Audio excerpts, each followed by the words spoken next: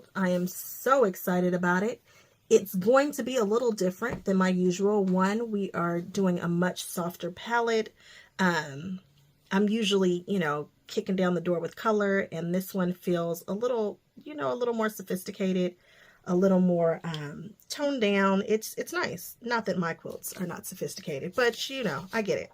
We're also going to be adding one of her extension features. For this quilt, you can do so many different things. She's got castles and fairies and birds, oh my, trees and foxes and all kinds of things that I've seen people do to tell the story of their quilt.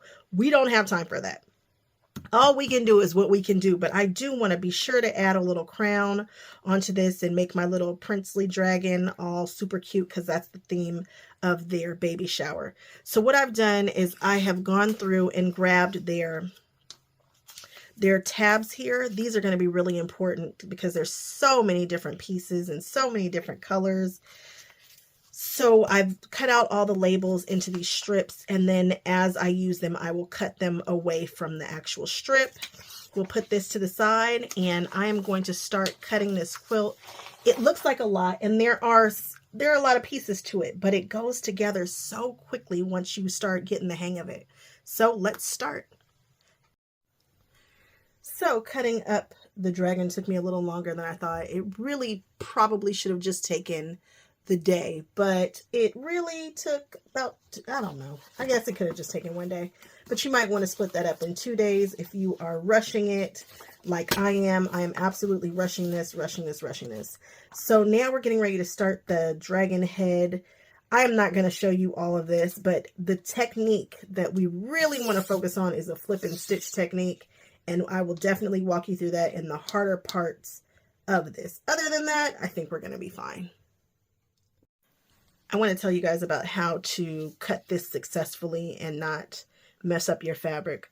So you will have your yardage, however you decided to get your fabric. I got actual yardage. And in order to make this easy, and don't just grab this sheet with all the numbers on it and start cutting out the pieces. Really pay attention to your cutting chart, which is going to teach you how to do it easily. So what I did was I grabbed my fabric, and I would take a look at one of these, and it would say, this one here says, it's got these numbers right here on the left. All of them do. That's the strip that you want to cut first. So if this one, for instance, says cut it at 7.5, you're going to cut your strip at 7.5, and then you're going to work the pieces right here that are in there and just cross them off as you go. Now remember, there are a lot of pieces, and so you might see an M here, and then you might see a lowercase m someplace else, and you'll also start to see uppercase and lowercase double letters. So you'll see AA uppercase, AA lowercase. Remember that. Be careful with your V's and your W's. Just pay attention. It's not super difficult, but if this is your first time going through this pattern, you might find it a little intimidating or scary. So you do need to have both this, your cutting chart, and your dimension chart out at the same time. But it really is simple as long as you cut the number on the side of the cutting chart first, and then you just check it off as you go and put a clippy. I have a whole big bag of clips that I used, or pins, it's up to you, and label your pieces so that you know what goes where, because you're going to really need those. And then lay them out in color order. They don't have to all be laid out, just kind of know, and then you will have success with your quilt.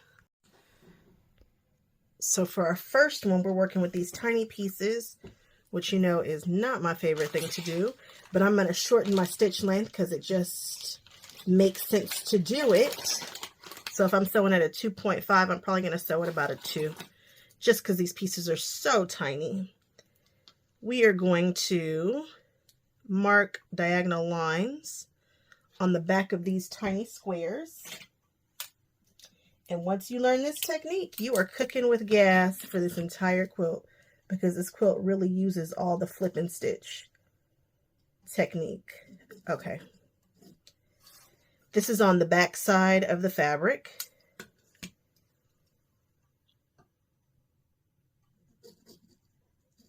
Draw that diagonal line. Then I'm going to put this little guy here. And we will put the other little guy on the other side. And we're going to sew from this point to that point.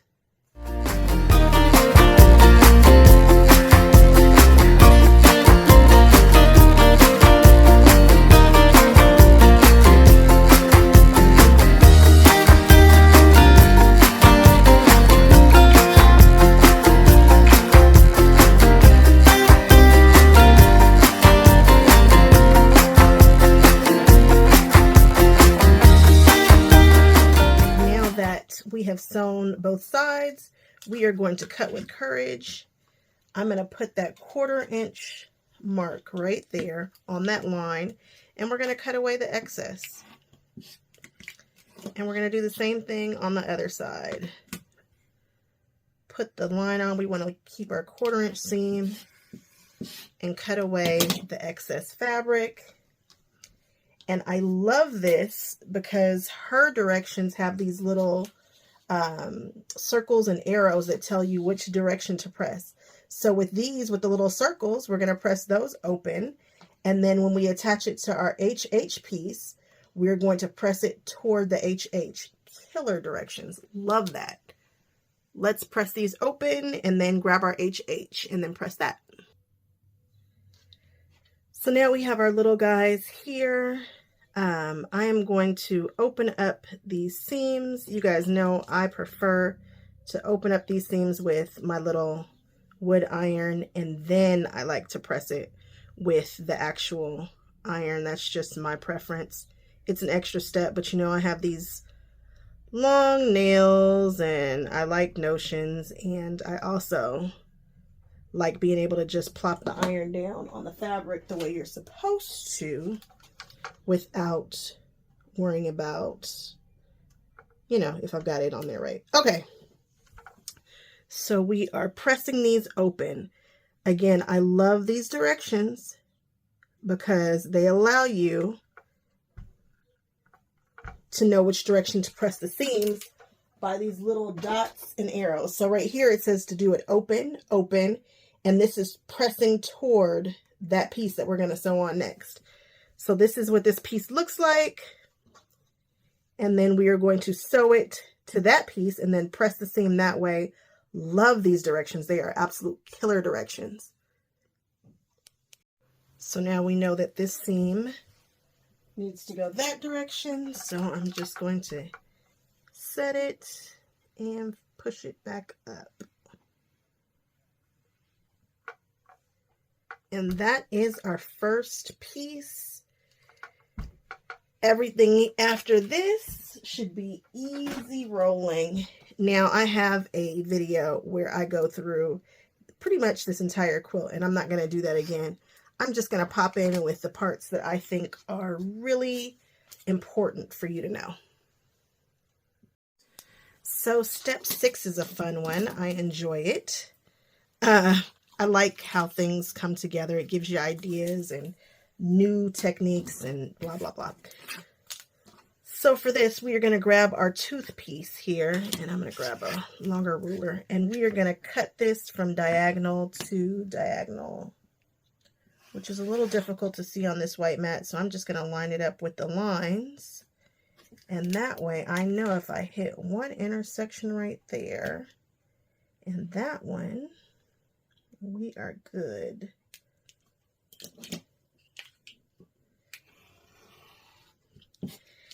One of these is going to be discarded. Make sure you're doing this right sides up. They gave you instructions on where to mark this guy right here, so I've marked it. And I'm going to take off that angle. Point to point, just cut it off. Don't freak out, not that big of a deal. Now we're going to go right sides together. And we're going to sew it just like this. I'm just making sure that I have enough so that when I flip it, it covers what I just cut off, okay? 1/4 inch seam right on this side. You just want to make sure that these edges line up.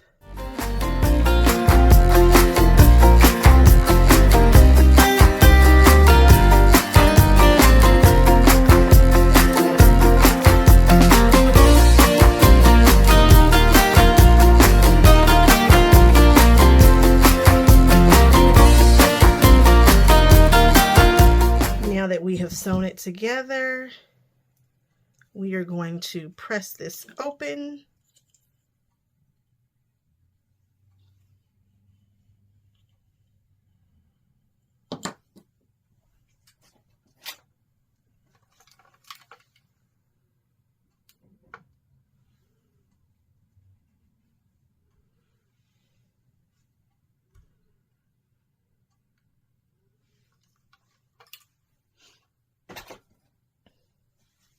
Ideally, this would be pressed back beautifully, blah, blah, blah, but that's going to get cut off in just a moment. As soon as it cools, we're going to cut it. Because there's so much flip and stitching, I am clapping some of these seams just to, well, I want this to absorb the heat so I can move on faster, but it's also making it lay so flat.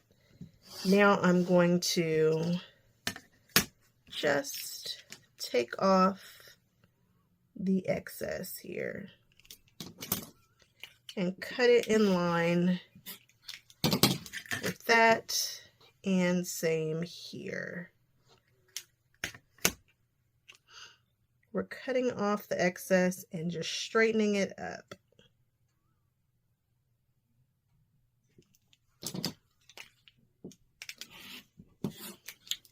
And there we have our cute little tooth unit piece. So cute, so clever. So for our piece, our little earpiece right here, we are on like step 11. This one gets kind of interesting because you don't often see a whole bunch of stitch and flipping happening on one piece. And this one, we do. So I'm just going to press this open really quickly and then show you how we are going to position our other pieces as soon as it cools down. So I have flipped that back and pressed it. Now we're going to grab our other two pieces that already have the diagonal lines drawn on there, and we're going to put it on both sides.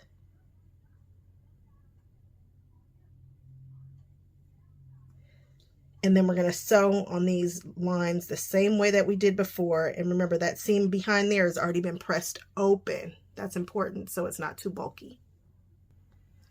Now that it has been sewn, we are going to do the same old and cut 1/4 inch away, taking both of those pieces.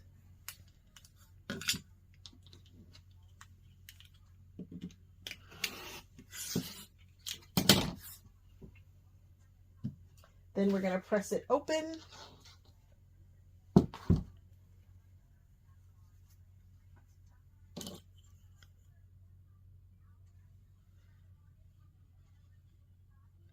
That looks nice.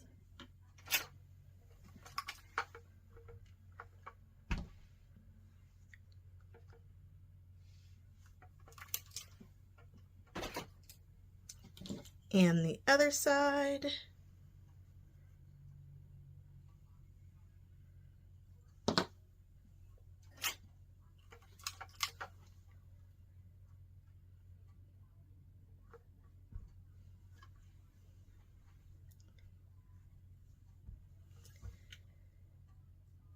This piece looks gorgeous. This is coming together beautifully. We are almost finished with our headpiece, and these are our scraps. So that's how you do that piece there. That's our little earpiece. So now it is time to put our head unit together. And it's not really very tricky. We've got some solid pieces that we need to add. So the first thing I'm going to do is sew all of these together. Then I'm going to sew these two together and add this bottom piece, and then the entire thing will be ready to stitch together. So this is not flip and stitch, so I figure I better show this one too. We've got a couple of squares here. We're working on the, I want to say the paw pieces. We've got our head. We just don't have an eye. I'll do that later.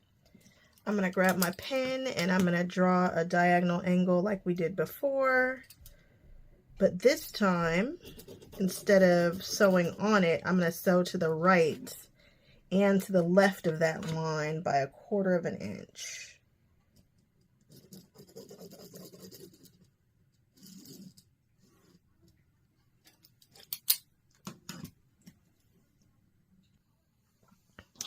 Sewing on both sides of that line. Now I'm going to cut it apart. Ooh, what's going on here? There we go.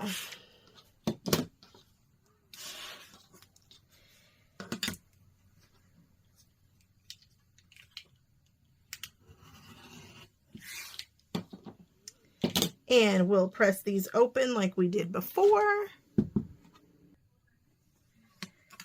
So we've pressed them open. Now we have to trim them down to size. And I am going to just use my Creative Grids ruler here since they're open. I've got this diagonal line running through the seam. I am going to chop off that side, chop off this side, rotate it, and sit it right in the size that we need, and take off the rest of it. We are moving right along, but we are on piece around step number 43. So this one's a little bit weird. I mean, this one was regular. However, you've got a little bit of an overhang right here. So when you press it, it's going to have a little bit of a little tail down here, and that's okay. We're okay with it. It's not a big deal. It's going to get cut off anyway. So we did it the same way that we did everything else. But it's going to have a little overhang on this side.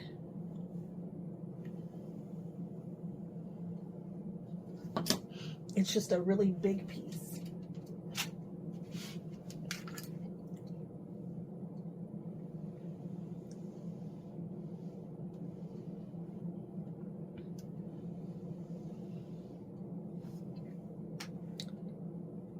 Actually, it doesn't even have an overhang. We're fine. We're fine.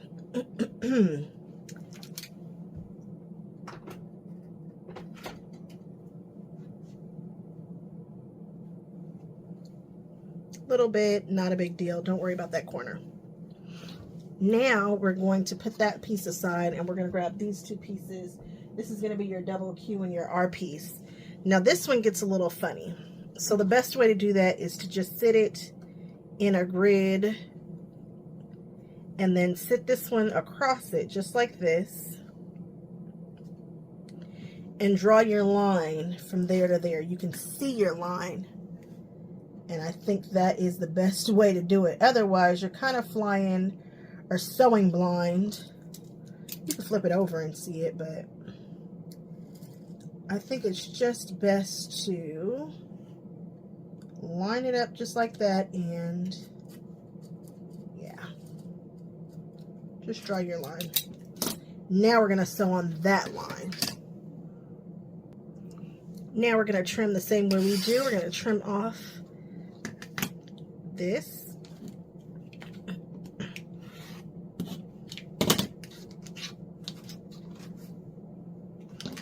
And we're going to press it back with an open seam.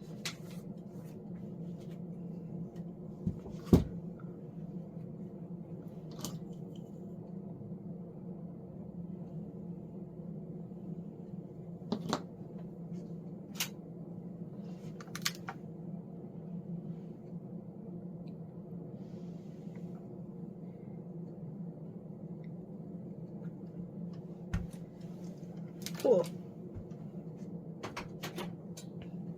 Now check that one out. And that's got a different look to it. Now we are going to sew this to this No worries. I'm not worrying about this overhang down here. We're just going to sew it down. I guess I could trim it before. That's just going to make it a little easier with my guard. This is all about to be cut away anyway, but we'll just make it easy. All right, I'm going to sew down here and attach this to the side. Instead of pressing the seam open, we're going to press it toward this big piece here. So with the big piece up, I just set the seam and we're just going to make sure that's doing what it's supposed to. And that looks excellent. Now we're going to grab our O piece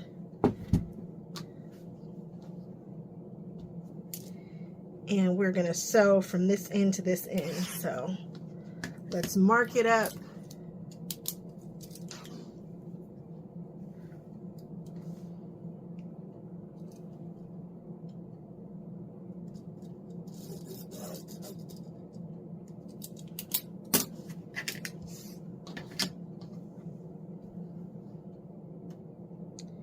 And like I said, we're going to sew from that corner to this corner.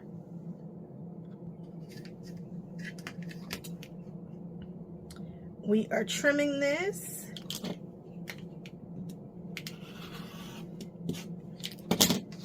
And we are going to press this toward the O piece.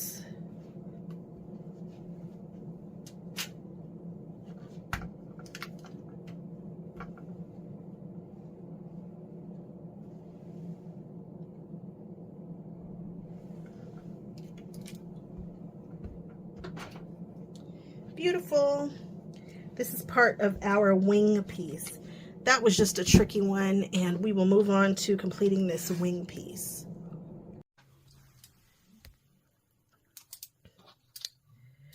We've got our WW piece and our, I want to say this is our XX piece, and we're going to do something with a little bit of overhang again. So I just want to show that. This is the spikes. We're all the way to, I guess, around 60 now. And we just need to grab our Z piece. And this is going to go at the bottom of the Z.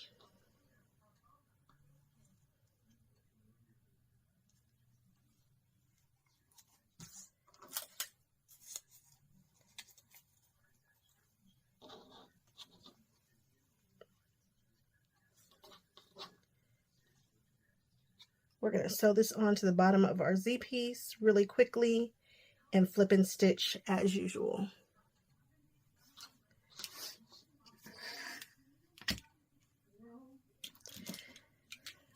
We're going to cut it away and press it open. I'm just going to draw an angle here.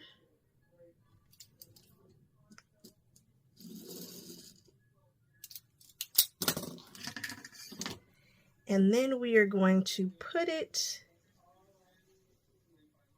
just like this. So we have a lot of overhang over here, but that's okay because we're just going to turn it this direction and sew until we cannot sew anymore.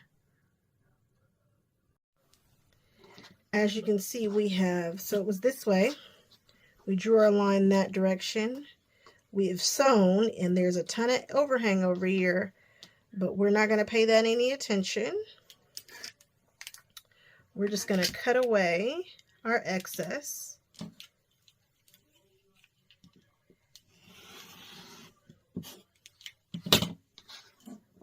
And then we are going to press it open again. We're just going to press this open. So the way to do that is we are just going to open it up like that. Perfect. Yes, we can see the overhang there. We're going to be okay. We're just going to press it.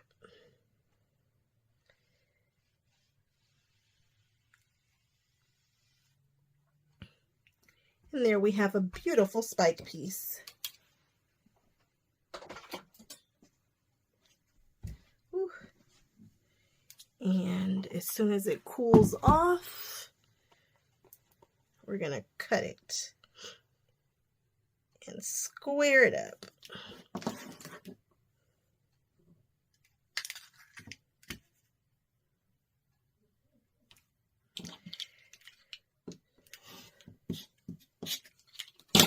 And there we have a gorgeous piece. Love that. I love how this thing comes together. It's just smart. All right, now let's do a bunch more of these spikes and you should be cooking with gas. So I want to add the little crown to the head of my dragon. So this crown is sized at 6 by 6. It's the finished size.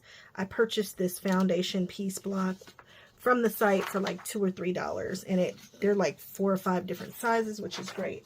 I had already cut out the pieces for the quilt, and I didn't realize that I was going to need to alter the piece that goes over the head. So if we look at the way that this comes together, this is the piece right here that I'm going to be doing some alterations on. I'm going to be doing some embroidery on here, and then we've got this little crown that needs to sit right here too. So getting ready to work on that. It tells you what size to cut the piece to. And so if you've already cut your piece like me, I'm going to want to use some of this to do my foundation piecing.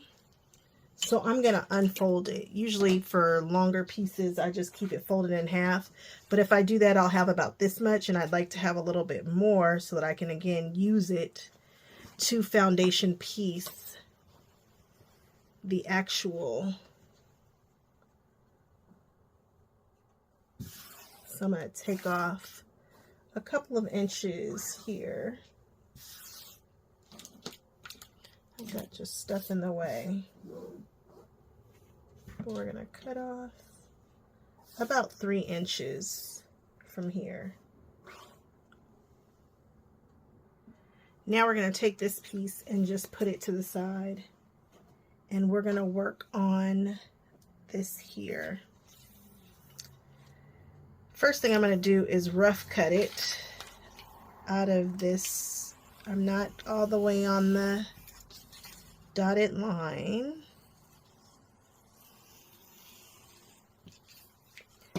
And I just need to do something to remind myself that I need to leave some overhang, a 1-inch overhang over there.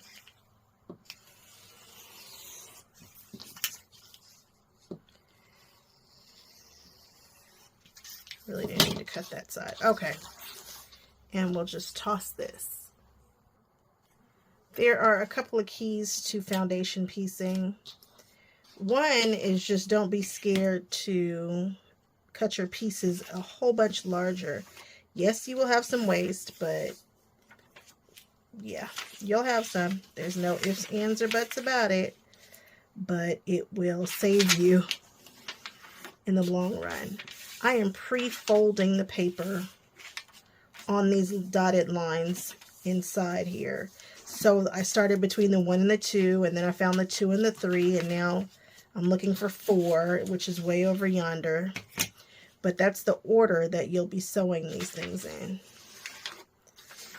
I like this add a quarter ruler because it has this narrow side right here, which all their rulers should have. And I'm folding it past all the way through the paper if I can. I want to be able to see these markings from the back.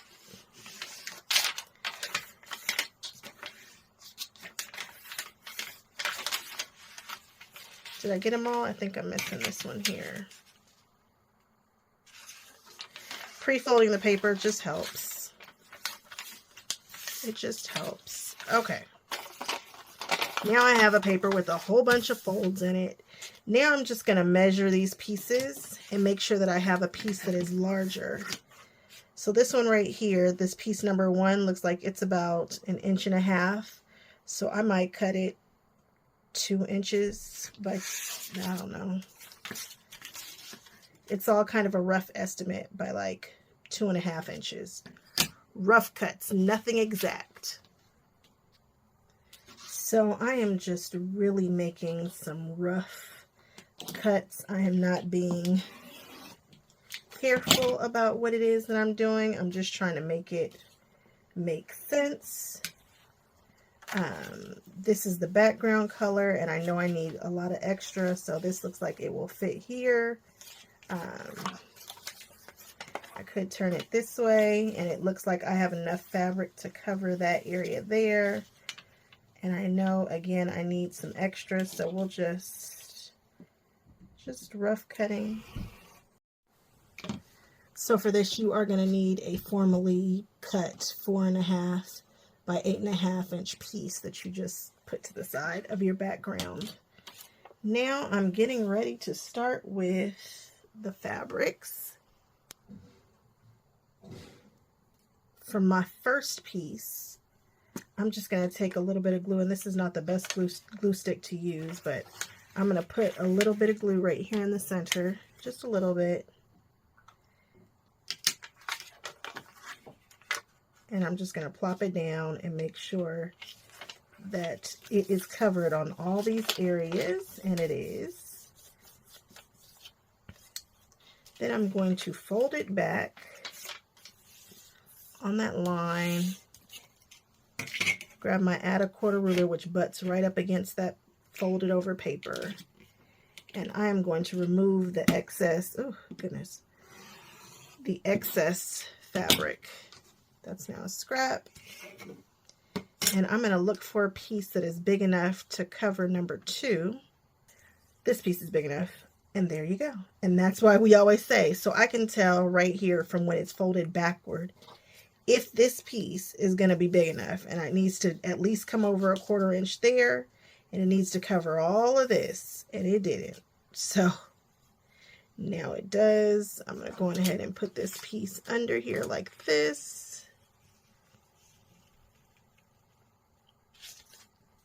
And I can see that I have enough fabric to cover all of this area when it's flipped backward.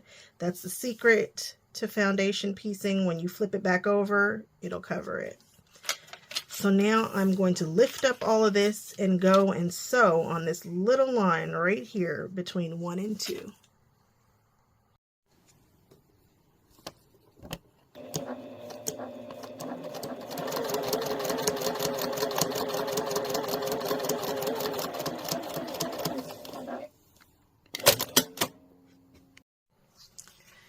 I shortened my stitch length to about a 1.2 or whatnot, and now I'm just going to pull this over like this and use my little roller or my little wood iron here, or a roller. That's going to be sufficient, and I'm just going to put another dot of glue so this is just not bouncing all around. Again, not the best glue for this. This is best for fabric to fabric, but it's what's in the pan. So we're going to do that, and then we will fold back. So we did 1, 2. Now I'm looking for number 3. So I'm going to fold back for number 3 here on this line.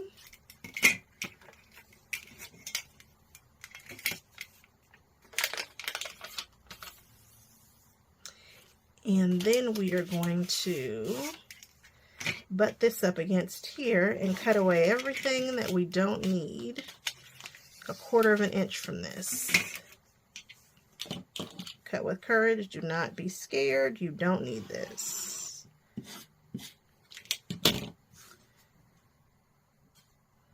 All right, for number 3, I can see the shape right here, and we just need, will it fit? Ooh, it is tight, but it will fit. I'm just gonna scooch it up. Yeah, it will fit. We're gonna clip that little tip right there. So we're just going to line this up here, make sure we've got fabric where we need it, and go for it. Now this looks absolutely terrible like this. I know, it's weird, but it's right. So the first thing I'm going to do is start trimming it up. We don't need this 1/4 inch right here at the bottom. We don't need this section here, but I do need a 1/4 inch from the bottom. So I'm just going to take that off. I'm lining this up with the number 8 line, and I'm just going to take all that off extra.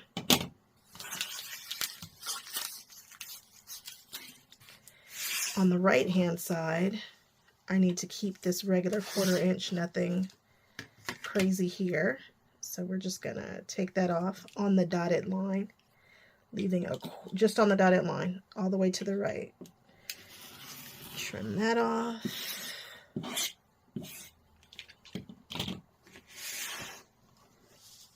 Now I'm going to place this here, and I'm going to cut 4.5 inches from the left.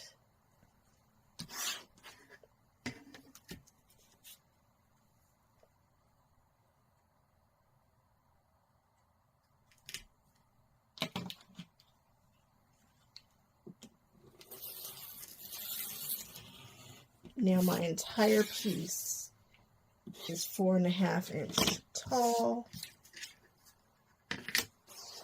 And here, I need to leave 1 inch to the right. Now we're going to take this piece, and this is what it looks like. Got a little crown. I left the overhang on the right hand side. We're going to leave that there. And I am going to just pull this away from the glue. And it should be perforated, and we're just going to pull the papers. Everybody's favorite part, pulling the papers. All the papers have been pulled. We will now add this to this side here really quickly. I have stitched this crown on. I'm going to just press this to the side. Then we are going to line this up with our dragon's head. We want center to be center. Yeah. And then we're just going to sew it and straighten him up, and he will have a little crown.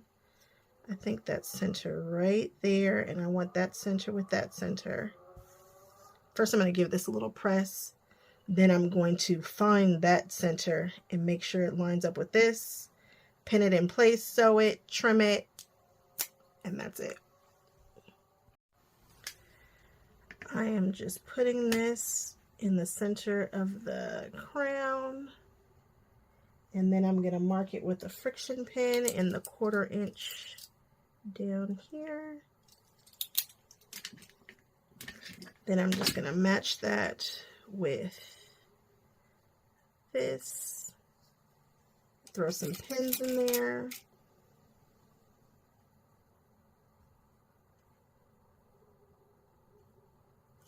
And then sew it. All right, it's all squared up, and it looks so good. Now the next part is going to be a fun part. We've got to figure out how we're going to put some letters on the head that goes above it. I'm excited about it. All right. So now that the embroidery is done, I am still learning how to use my embroidery machine, and I've got some puckering and stuff, which is an issue I keep having, but I've got some ideas on how not to have that happen anymore. But anyway, either way it goes, once it gets quilted, it'll be cute. So I need to put the little eye on the dragon head. Now I've just cut it out and I've laid it on top of that, and I'm going to cut it out. You can glue it down to it, it doesn't matter. It's going to be peeled off once I get the shape out anyway, right? Now I've got my little piece cut out and I've got options. I can tilt it down, I can tilt it up, I can tilt it that way. We've got options. I think I'm just gonna put it right like that and then press it in place.